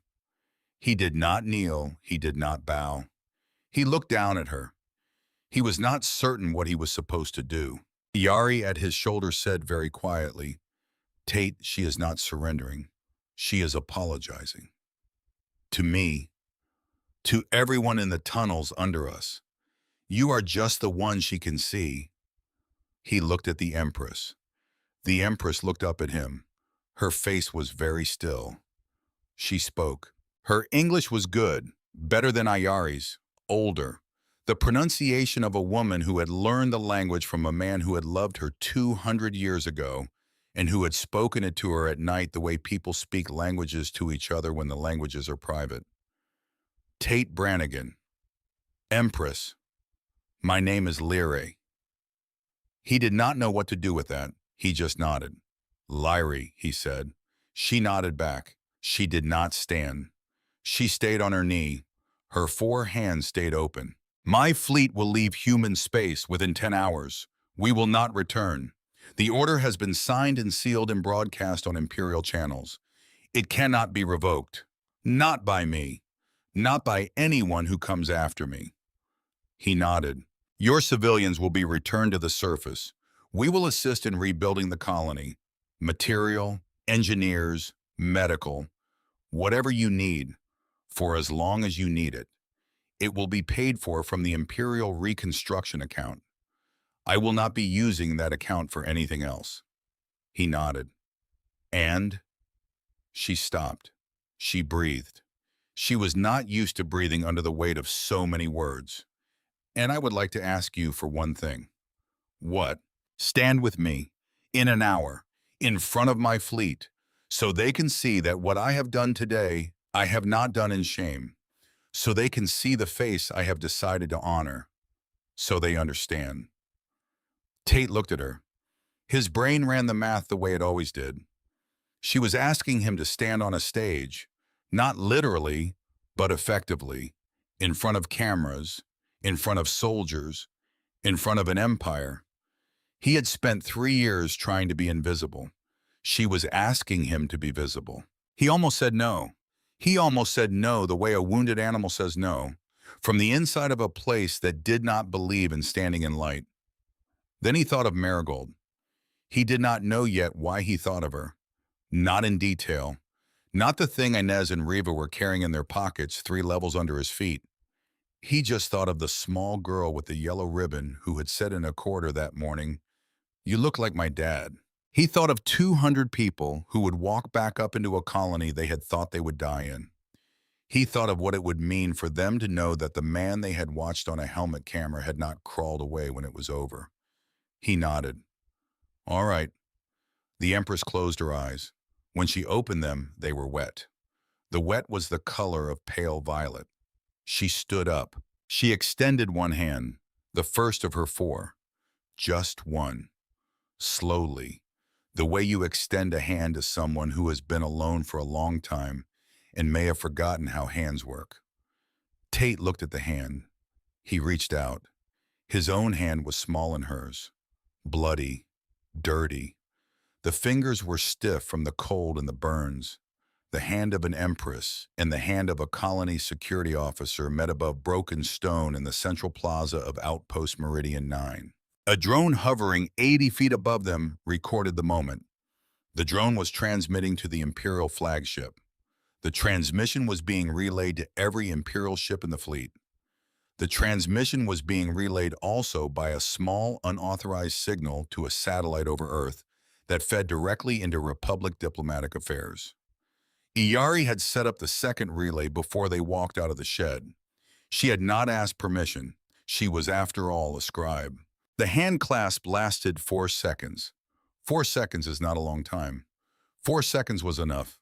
They walked back to the shuttle together. She walked beside him. Not in front, not behind. Beside. Her 4 guards followed at a respectful distance. Iyari walked on Tate's other side. He looked at the shuttle. He looked at the Empress. What now? Now, she said, there is a thing I must do in front of my fleet. It will take an hour. I would like you to come with me. Up there, to your ship. To my ship. He thought about it. He thought about the children. He thought about Riva. He thought about a child with a yellow ribbon. I'll come, he said, but I'm coming back down. Yes, down here, to the colony, to my people. Yes, you promise. She looked at him for a long moment. Tate Brannigan, she said, I have not made a promise in 120 years. I am about to make one, to you, in front of the witness who is recording it. Listen carefully. I'm listening. You will go up. You will come back down. You will not be detained. You will not be questioned. You will not be made a guest of any imperial court for any longer than you choose. You will return to this colony before nightfall by local time. I will return you myself on the same shuttle. If I break this promise, if anything happens to you that you have not consented to, then the woman beside you, Iyari Nasari, has my permission and my command to walk out of the throne room and tell every human she ever meets the full and complete truth of who I was when I was young, which would be, I believe, a punishment more lasting than death. He looked at Iyari. Iyari nodded. That is the truth, she said. I would do it, with great pleasure. He almost laughed. He nodded instead. All right. He boarded the shuttle. He sat down in a seat designed for a 7-foot person. He looked very small in it. He did not complain. He did not look around. He just put his hands on his knees and waited. The shuttle lifted. He watched through the small window the colony fall away beneath him. The fires, the broken pods, the dry fountain in the central plaza. Somewhere down there, 200 people were still in the dark, and they did not know yet that the dark was ending. The hangar bay of the Eternal Dominion was a place built to make you feel small. It worked. Tate Brannigan stepped onto the deck of the Imperial flagship, and he understood in a way no briefing could have prepared him for what an empire actually was. The hangar was 2 miles long. The ceiling was so high that there were clouds in it. Actual clouds. Drathari atmospheric processors generated them as part of climate control. They drifted lazily across the upper structure like a sky over a field. Below the clouds, 8,000 soldiers stood in formation. They had been notified an hour ago. They had been notified that the Empress was returning. They had been notified that she was bringing the human. They had assembled. They were quiet. Drathari military silence is not human silence. It is the silence of a forest with a very large animal in it. A silence that holds. A silence that watches. Tate walked. The Empress walked beside him. Iyari walked behind them now. She had stepped back. This moment was not for her. This moment was for the Empress and the man. They walked the length of the formation. Tate did not look at the faces. He could not. He kept his eyes on the floor 20 feet ahead. His left leg dragged a little. He hit it. He thought about Riva's Sunday soup. He thought about the way Riva had cut carrots. He thought about the small round cutting board she used. He thought about anything except where he was. He had to think about something, because if he thought about where he was, if he thought about who was watching, if he thought about the fact that he, Tate Brannigan, a man who had not been able to attend his own wife's memorial service because he had been on a mission halfway across the sector and had been required to remain on station. If he thought about that, he would come apart. So he thought about carrots. He thought about carrots for the entire length of the formation. At the end of the hangar, on a raised platform, the senior officers of the fleet were waiting. Captains, commanders, admirals, 40 of them. They wore ceremonial sashes. They had been told on the way in what was about to happen. They had not been told why. The Empress stopped at the platform. She did not climb it. She turned and faced her fleet. Tate stood at her left shoulder. Iyari stood at her right. The four guards stood behind. Beyond them, 8,000 soldiers held formation in absolute stillness. The Empress spoke. Her voice was carried by a microphone built into the hangar itself. The voice traveled the 2 miles of the deck and reached the soldiers at the far end. Every word was clean. She spoke in Drathari. Tate did not understand it. He did not need to. He understood the rhythm. He understood the spaces. He understood the way her voice held one word for longer than the others. He understood by the way the formation moved. It was not a movement you would see if you were not watching. It was the smallest possible movement. A faint stiffening and then a release. 8,000 soldiers hearing a story most of them had never heard, holding still in the way bodies hold when they are receiving something they will carry home. She spoke briefly. She named her son. She named her shame. She named finally the human at her shoulder. She told them that today she had chosen to honor a man who had fought her army for 200 strangers. She told them that her son had once done the same.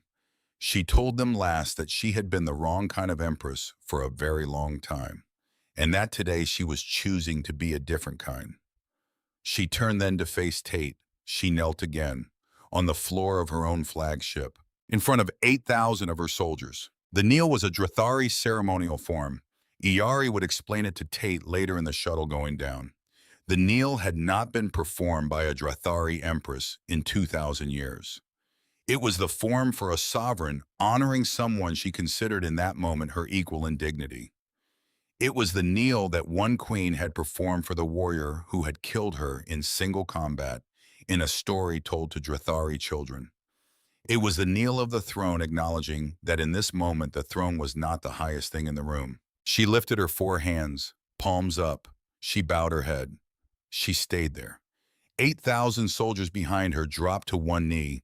They did it as a single movement, not because they had been ordered to, because they had understood. Tate Brannigan stood at the front of the hangar of the Imperial flagship Eternal Dominion, and an empire knelt to him. He did not know what to do. He had nothing in his training for this. He had nothing in his life for this. He looked down at their Empress. He looked at her bowed head. He looked at the 4 hands open at her sides. He did the only thing he could think of. He reached out. He took one of her hands. He lifted it, gently. He helped her stand. He did not say anything. He did not need to. He just lifted her hand and helped her up and held her hand for one more second after she was standing. Behind her, 8,000 soldiers slowly rose. He let her hand go. She nodded. He nodded back. And then a single voice from the formation broke the silence. A captain, 3 rows back. He raised a fist. He shouted one word. Iyari behind Tate said softly, "It is a word for honored guest. From the old empire, before we became conquerors. It has not been shouted in this hangar in 800 years. The captain shouted it again. Another voice shouted it back. Another. In 30 seconds, 8,000 Drathari soldiers were shouting a single word at a small human standing on the deck of their flagship. Tate's eyes were wet. He let them be wet. He stood in the noise. He stood in the noise for a long time. When he came back down the shuttle ramp, the air of Outpost Meridian 9 smelled different. The smoke was thinning. Reva was waiting for him. She was standing at the bottom of the ramp, her arms crossed, her face calm. Behind her, the entire colony stood in a loose group. 200 people. They had come up from the tunnels 20 minutes ago.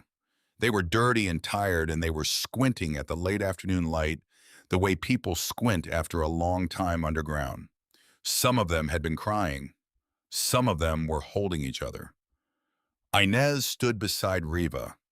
Inez was holding Marigold. Marigold had her yellow ribbon, she had her stuffed rabbit, she had her arms around Inez's neck. She saw Tate. She did not let go of Inez's neck, but her face changed.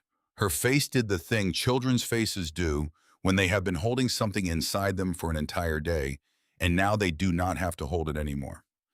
Tate walked down the ramp. He walked across the broken stone of the plaza. He stopped in front of Riva. He did not say anything. She did not say anything. She just stepped forward. Her arms were not crossed anymore. They were open. She put them around him. She put her arms around him the way she had wanted to for 2 years and had not been allowed. She put her arms around him the way a woman who is not your mother, but is the closest thing you have left, puts her arms around you when the thing you were afraid of did not, after all, happen. He let her. He stood there and he let her. When she let go, she put both hands on his face. She did not speak. She just looked at him. Then she stepped aside. Inez stepped forward. Inez did not hug him. Inez did not have a free hand. Inez had a child in her arms. Inez said, "Tate." "Inez, there's something I need to tell you." He looked at her. "What?" She looked down at Marigold. She looked back up at him. "Riva and I have been carrying something for the last 6 hours. We didn't tell you because we didn't think you could survive knowing it. We were wrong. We should have trusted you, I am telling you now." Tate did not move. He did not breathe. He had a sense the way a man has a sense when he is about to walk into a room that will change his life, that he was about to walk into a room that would change his life. Inez. This child, Marigold. She came to Meridian 9 3 years ago as a refugee. She was 4 years old. Her foster parents took her in. They died 4 weeks ago. I have been her guardian for 3 weeks. I read her file again this morning. I read all of it, the original intake. Tate's hands began to shake. Inez. She came from a ship. Inez. She came from the Eris Voyager, Tate. He did not move. He could not. The wind moved past him. The smoke moved past him. The voices of the civilians moved past him. He could not. "The same ship," Inez said. Her voice was very steady, the way a doctor's voice is steady when the news she is delivering is the news that decides which side of a life a person ends up on. "The same ship as Linnea and Avery, the same attack, the same pirates. She was 4. She was hidden in a storage compartment. The pirates didn't find her. The Republic salvage crew did. 3 days later, they thought she was dead. She was not dead. She was very quiet. The Republic put her in the refugee program. She was sent to Meridian 9 because Meridian 9 had foster families with no children. She has been on this colony for 3 years, Tate. She has been on this colony the entire time you have." Tate looked at Marigold. Marigold looked back at him. He could not breathe. He could not. Inez stepped closer. She was the only one, she said. From that ship, the only one who lived. The colony was silent. The Drathari guards behind the shuttle were silent. They did not understand what was being said. They understood from the silence that they were not to move. Marigold extended her arms toward him, slowly, the way a child reaches when she has been waiting longer than her language can describe. Inez did not pass her over. Inez waited. Tate looked at the child. He looked at her brown hair. He looked at her yellow ribbon. He looked at her eyes that knew too much. She was not Avery. She would never be Avery. But Avery had been on a ship with this little girl. Avery had been on the same ship. Avery had been 4 feet from her, possibly in the same corridor. And Avery had not survived. And this child had. And this child had been carried by something he did not have a name for across 3 years and 1 colony to this exact corridor, to this exact afternoon. To him. He reached out. His hands were shaking very badly now. Inez passed her over. Marigold settled against him, the way a child settles when she has been waiting for the right pair of arms her entire small life. She put her small head against his chest.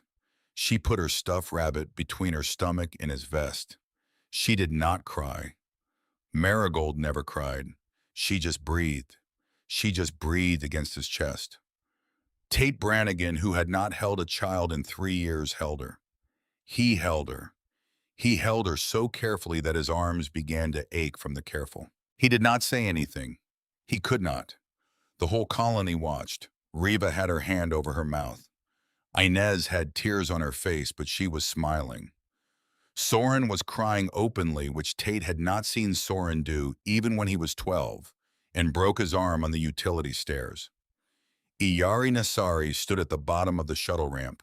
Iyari Nasari, who had written history for 3 years in a tablet no one was allowed to read, took out the other tablet, the secret one, the one she had been waiting for. She began to write.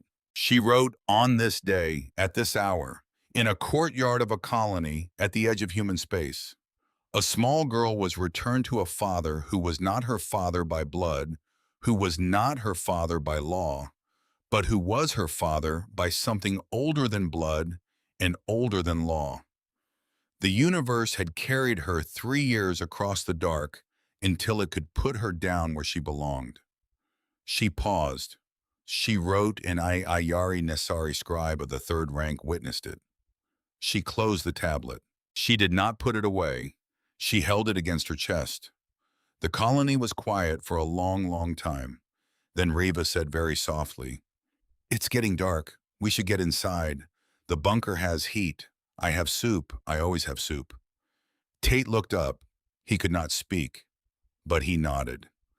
200 people, the small army of an alien empire, and one human carrying a child, began to move together toward the place where the bunker doors stood open. The story was not over, but the worst of it was. And the next part, whatever it was, would not be navigated alone. 6 months passed. 6 months is not a long time in the life of a colony or an empire or a man. It was long enough. The Drathari fleet had withdrawn. Permanently, as promised. The Empress had signed at a ceremony in a hangar bay 6 weeks after the events at Meridian 9, a document she had named the Veshan Accord. It was a treaty between the Drathari Imperium and the Earth Republic. It established permanent non-aggression. It established trade. It established a small diplomatic exchange, which she had insisted very specifically be staffed by people who were not career diplomats. She wanted, she said in her opening remarks, people who had lived enough to know what mattered. The treaty was named for her son. She announced his existence to the empire in the same speech. There had been calls in some of the older noble houses for her abdication. She had ignored them. She had also ignored the resignation of 3 court ministers who had been collecting kickbacks for 40 years. She had not ignored their corruption. She had simply waited for them to finish their resignation speeches before having them arrested. She had become, the Drathari court would say in private, a different woman. Captain Vel Marash was now the Empress's chief military advisor. General Korvath was in a cell. He was permitted books. He read a great deal. He had asked for and received a small carved bird. The Empress had not visited him. She had written him one letter. He kept the letter in the book he was reading. He was reading a Drathari history of the Valerith conquest. The history had been written recently by a scribe of the third rank. The history was honest in a way the court had not approved. Iyari Nasari had been promoted to scribe of the first rank. She had then declined the promotion. She had requested instead a posting at the Earth Drathari Liaison Office on a small planet called Meridian 9. The Empress had granted it. Iyari had been on the colony for 5 months now. She had a small office near the central plaza. She had learned to operate the coffee maker. She had not yet learned to like coffee. She kept trying. Riva Solen had retired as administrator. She had handed the colony over to Inez. Riva now spent her days helping in the orphanage. The orphanage was new. The colony had built it after the attack. It was full of children who had been displaced by various wars in various sectors, none of them Drathari wars anymore. Riva read to the children every evening. She read to them out of a book she had been reading to Marigold for months. The book was about a girl who lived in a yellow house with a garden. Marigold liked the book very much. Tate Brannigan had not gone back to the Republic. He had not been asked to. The Republic had 6 weeks after the attack sent a quiet delegation to Meridian 9. The delegation had wanted to debrief him. The delegation had wanted to interview him. The delegation had wanted to know very specifically why the Drathari Empress had named a treaty for her dead son and signed it at the home of a single Republic citizen. Tate had spoken to the delegation for 10 minutes. He had told them politely that he was a security officer at a mining colony. He had told them politely that he had no further information to offer. He had told them politely that they could leave. They had left. Tate now lived in a small house on the western edge of the colony. The house had been built by the Halpern family before the mine collapse. The house had 2 bedrooms. He shared one of them. The other belonged to a small girl with brown hair and a yellow ribbon. The adoption paperwork had taken 8 weeks. Inez had helped. Riva had helped. Iari had helped surprisingly by providing testimony from the Drathari archives that confirmed beyond any possible legal challenge that Marigold had no living relatives in either human or Drathari space. The paperwork was now in a frame on the kitchen wall. It was the first thing Tate had ever framed. In the evenings on the porch of the small house, Tate sat in a chair that had also belonged to the Halperns. Marigold sat in a smaller chair beside him. They watched the sun go down over the eastern ridge. Marigold drank a small cup of warm milk. Tate drank coffee. He had begun after 20 years to drink it without sugar. He did not know why. It just felt like the kind of thing a man should do. Sometimes Iari came up the path. She did not knock. The colony was small enough that knocking was unnecessary. She would come up the steps and sit on the 3rd chair which Tate had built specifically for her, with extra width to accommodate her forearms. She would sit.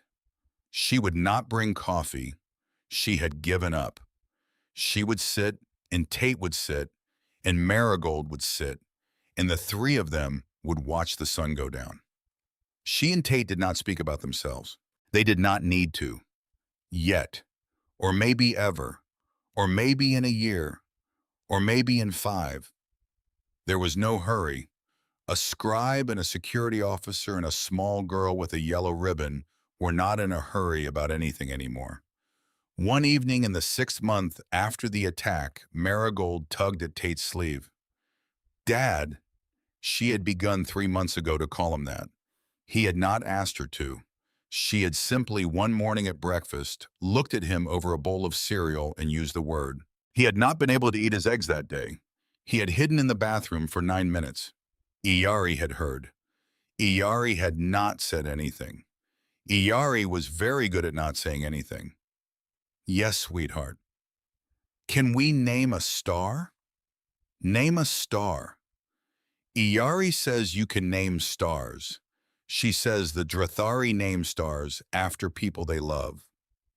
He looked at Iari. Iari looked at the sunset. She was very interested suddenly in the sunset. Did Iari tell you that? She did. Iari has been busy with you. She has. He looked at the sky. He looked at the first stars coming out. He thought about a woman who had taught 7th grade and a little girl who had loved coffee tables more than was reasonable. He thought about the small girl in his lap and the woman beside him on the porch who had 4 hands and had used 3 of them that afternoon to braid his daughter's hair. He nodded. All right, he said. Let's name some stars. He pointed at the first one. That one, he said, is Linnea. Marigold nodded solemnly, the way only a small girl nods. That one, he said, pointing at the next, is Avery. She nodded again. That one, he said, pointing at the 3rd, is Veshin. Iari beside him made a sound, very small. She covered it with her hand. That one, Marigold said suddenly, is Mommy. She did not mean Linnea. She meant a woman she had not seen in 3 years and a half. Tate nodded. Yes, he said. That one is Mommy. And that one is Daddy. Yes.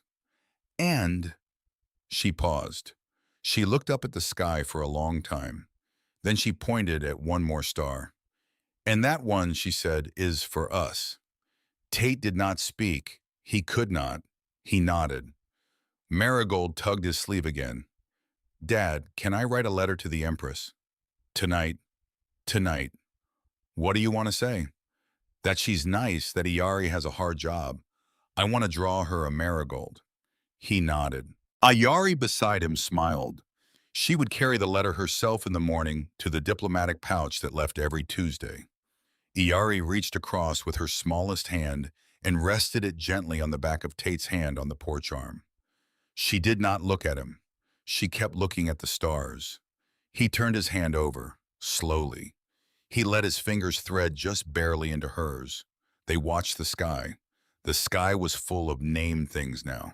Far away in a private chamber on a flagship, drifting in the cold of a remote system, an empress reading a child's letter laughed for the first time in 300 years. End of part 3.